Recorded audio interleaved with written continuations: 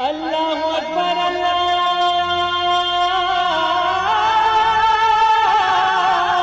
اکبر اللہ اکبر اللہ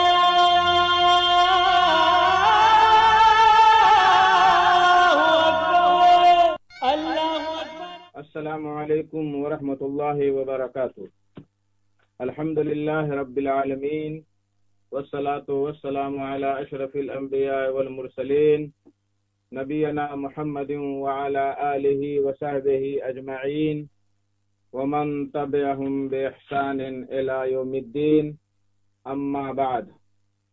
میرے دوستو، بزرگوں، اسلامی بھائی اور بہنوں، سامعین و سامعات کرام، صدائے حق سننے والے ساتھیوں، آج 11 رمضان المبارک 1442 ہجری، 24 اپریل 2021 عیسوی، 11 گتے بیساکھ 2078 وکرمی، شنیچر کا دن میں محمد مستقیم مدنی صدائے حق کا پروگرام لے کر آپ لوگوں کی خدمت میں حاضر ہو گیا ہوں۔ آج شنیچر ہے، اس لیے لائیو سوال و جواب کا پروگرام چلے گا، اور ہر شنیچر کو آپ کے سوالات کے جوابات دیے جاتے ہیں۔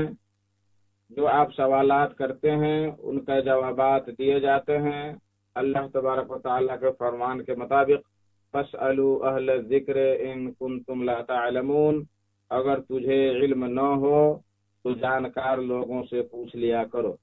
میرے محترم ساتھیوں، بزرگوں، یہ پروگرام آپ junk Nandini FM 95.5 mega hertz پر ڈیلی 1:30 بجے سے 2:15 بجے تک سماعت فرماتے ہیں، اور گزشتہ 1 رمضان المبارک سے چالو ہو کر اب تک اللہ تبارک و تعالیٰ کے فضل و کرم سے چل رہا ہے۔ آج NID پر میرا یہ لائیو نہیں چل رہا ہے، کسی ٹیکنیکل پرابلم کی وجہ سے اس کا لائیو نہیں کھل رہا ہے، اس لیے میں اپنا ہی ID پر لائیو چلا رہا ہوں۔ اور شاید کہ مستقیم انصاری یا شیخ مستقیم ID ہے، اس پر آپ ہمیں دیکھ سکتے ہیں اور سوالات کر سکتے ہیں۔ یہ افسوس کی بات ہے کہ آج NID پر میں نے بہت کوشش کی لیکن وہ نہیں چل سکا، اس پر چالو نہیں ہو سکا۔ پتہ نہیں اس کے ایڈمن نے کچھ کر دیا ہے یا کیا، اللہ کو معلوم ہے۔ میرے دوستو، بزرگوں، آج کا نمبر ہے اسٹوڈیو کا 041 590 239 041 590 239، اور مجھے لگ رہا ہے کہ فیس بک ID بدل گیا ہے، تو فیس بک پر بھی شاید ہی لوگ سوالات کر پائیں گے۔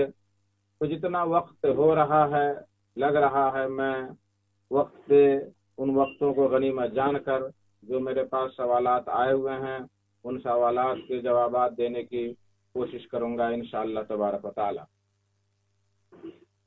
میرے محترم ساتھیوں، بزرگوں، 041 590 239 یہ کھل چکا ہے، اور آپ اس پر سوالات کر سکتے ہیں اور اپنے جوابات پا سکتے ہیں۔ اسی طریقے سے نیپال سے باہر کے لوگ، بدیش کے لوگ 00977 یعنی 00977 پھر 41 پھر 590 239 اس طرح سے ڈائل کر کے آپ اپنے سوالات ریڈیو کے ذریعے سے، موبائل کے ذریعے سے سوال پوچھ کر کے آپ اس کا جواب پا سکتے ہیں۔